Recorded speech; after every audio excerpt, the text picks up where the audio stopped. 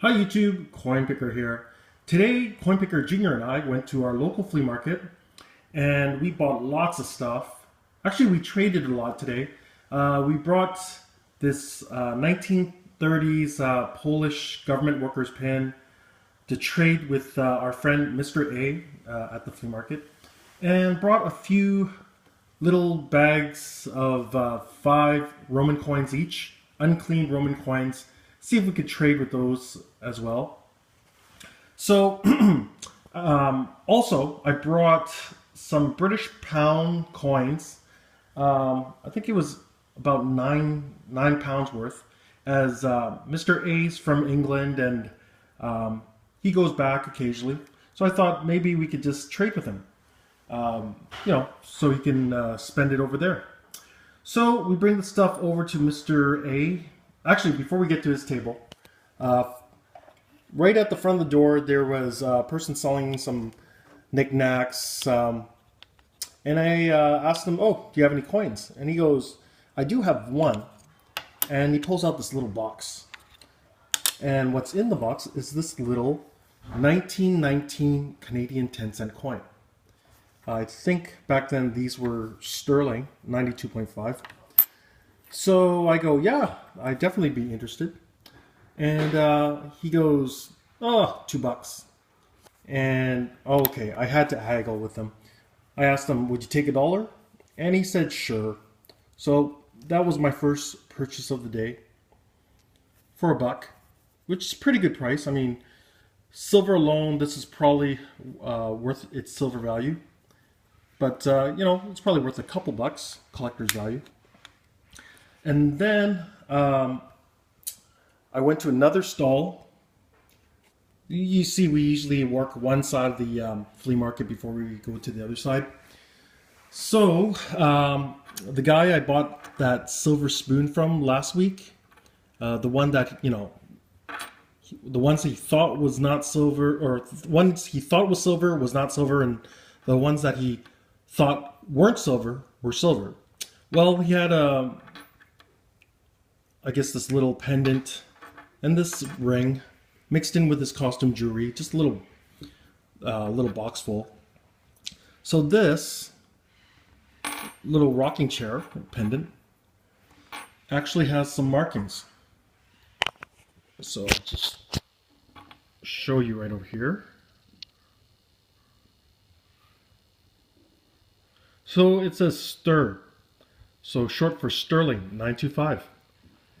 And this turtle ring, which is pretty neat, just missing the stone.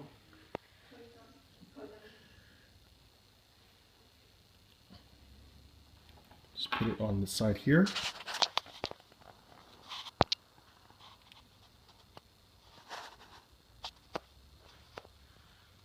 says 925. Again, a sterling ring. So I asked him, how much do you want for these two? Nonchalantly. And I think he said like $4. And I haggled him down, gave him the last bit of change I had in my pocket. I said 2, and he said no, and just about to walk away. And he goes, well, how much you have in your pocket? I go, $2.25, so $2.25. So he accepted it. So pretty neat. I think once I showed Mr. A, he actually asked me if I wanted to sell to him. So that goes back. All right, we started walking back to Mr. A's table all the way around, and he bought the 9-pound sterling coins I have. Not sterling as in silver, but sterling as in British pounds. And I offered him. Actually, it was 8 pounds. Actually. I offered him straight exchange, Canadian at par. Give him a deal, so half price currency for $8. And he actually tossed me another $1 extra just for my effort and to thank me for thinking about him. So he gave me $9 Canadian, which was awesome. And I showed him the Polish pin and the Roman coins I brought with me. And I brought about 15 of them, the Roman coins. I marked them out like $10 for each pack of 5. And, he said it wasn't really what he could use. So he declined them, unfortunately. And I pulled out 2 pretty crisp, I'd say maybe extra fine condition, $50 bills from the Bird series, Canadian currency, that I picked up from the bank just the other day. I didn't bother making a video about it. I was going to just spend them or bring them back to the bank. It looked pretty nice. They were consecutive serial numbers. I think it was from 1988. But the only thing, there was a light fold in the middle. So it brings down the condition to extra fine. So I asked Mr. A if he was interested in those for a trade, and he said no. But he did point me out to another vendor that I always, frequent. And he said that Mr. W might be interested. I thought, well, maybe, but most of his stuff, he has coins and banknotes and antiques. Most of his stuff is a little bit higher end. So I worked my way over to that side of the flea market, and I pulled them out, and Mr. W says, "Oh yeah, those." He goes, there's not that much extra value to it. All right, face value was 100. He goes, yeah, those are probably worth like maybe $110. And so I asked him, well, would you want to buy it for $110? And he goes, yeah, I would. So, right away I made 10% of my money, and I was going to bring it back to the bank anyways, just turn it back in. So that was nice, made $10 off of that. And so, we're walking through the flea market. We happen upon another vendor that we deal with. The one that always has near the end of the day, 50% off on his table, or, this table, everything $1. So I see these 2 bags of comic books. There's 2 in one bag and 1 by itself. And this one is Marvel Tales starring Spider-Man, 20 cents, number 40, $3. And then there's these 2 Rifleman comic books, 2 for $11. And I recognize usually these early comic books, especially cowboys and Indians type of comic books, especially the face value, like the price, 10 cents, 12 cents. They're pretty early, probably late 50s, early 60s. So these 2 comic books, I got the vendor's attention, and I asked them, hey, would you be interested in a trade? So I pulled out 2 little bags, $10 bags of my uncleaned Roman coins, which I have quite a bit of. And he says that he has a friend that's really interested in Roman coins, and he thinks, yeah, that's a fair deal. So he traded these 3 comic books for the 2 bags of Roman coins, which were priced out like $20. But these 2 comic books, I hear from other people, might have some decent value. This one, not so much of, because it's really just a reprint of an old story of Spider-Man. Yeah, if anyone recognizes these comic books, apparently this is issue number 2.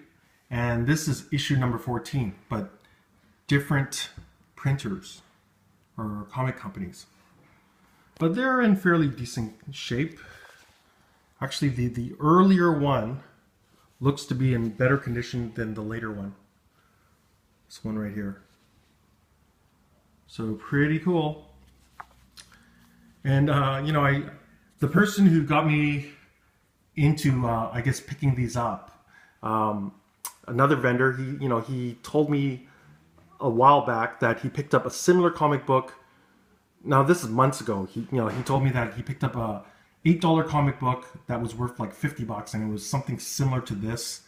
So that stuck in my head. So when I saw these cowboy comic books, I thought, oh, that's just like what my friend got.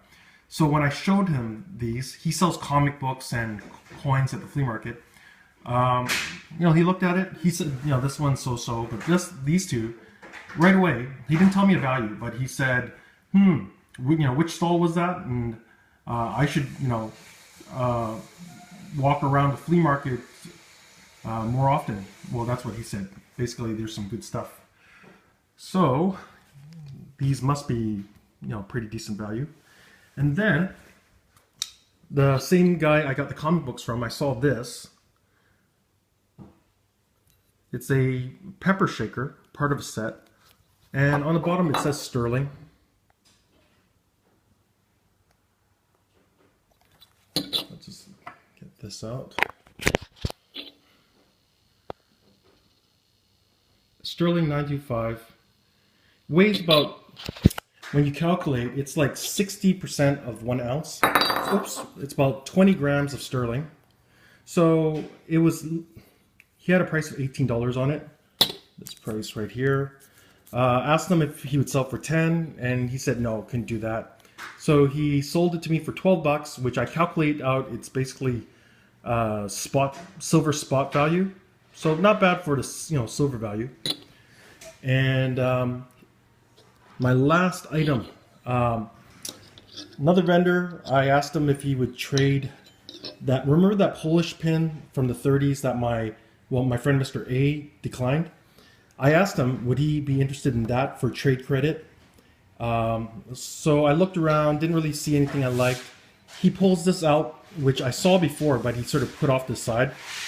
And he goes, all right, the pin plus 3 little baggies of those Roman coins. And I thought, awesome, because I remember he tried to price this little thing out for, I'd say he asked about $80 before. And it's sterling silver, it's from China, and it's some sort of swimming trophy.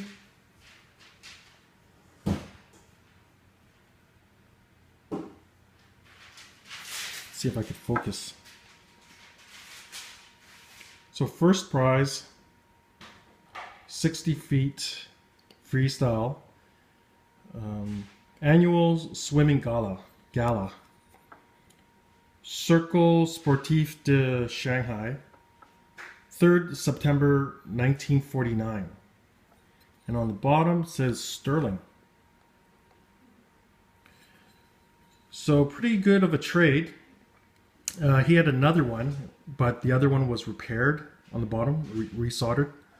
So I picked the nicer of the two. So there you have it.